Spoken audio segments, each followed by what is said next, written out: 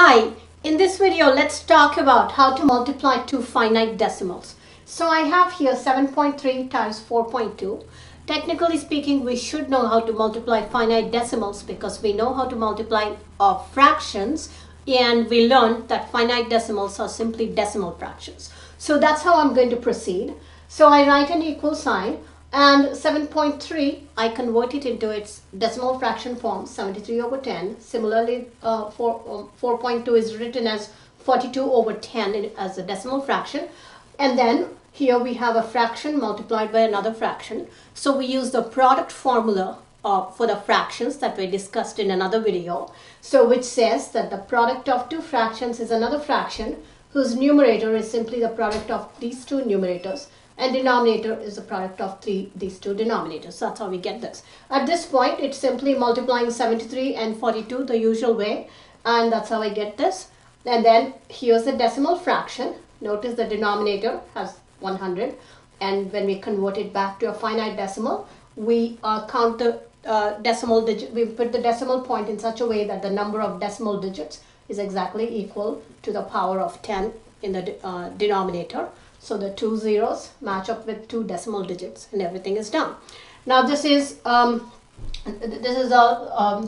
how we multiply two finite decimals. So we can ask, is there a quicker way to get this answer? And yes, there is, because here we notice most of the work went into multiplying 73 and 42. So here's the shortcut method. You write the two decimals one beneath another, and for a moment ignore the decimal point in those numbers, finite decimals, and multiply the usual way. So you would get 3066 if you just for a minute don't look at the red point. That corresponds to this step, 73 times 42. And then we notice there's a decimal point in the final answer.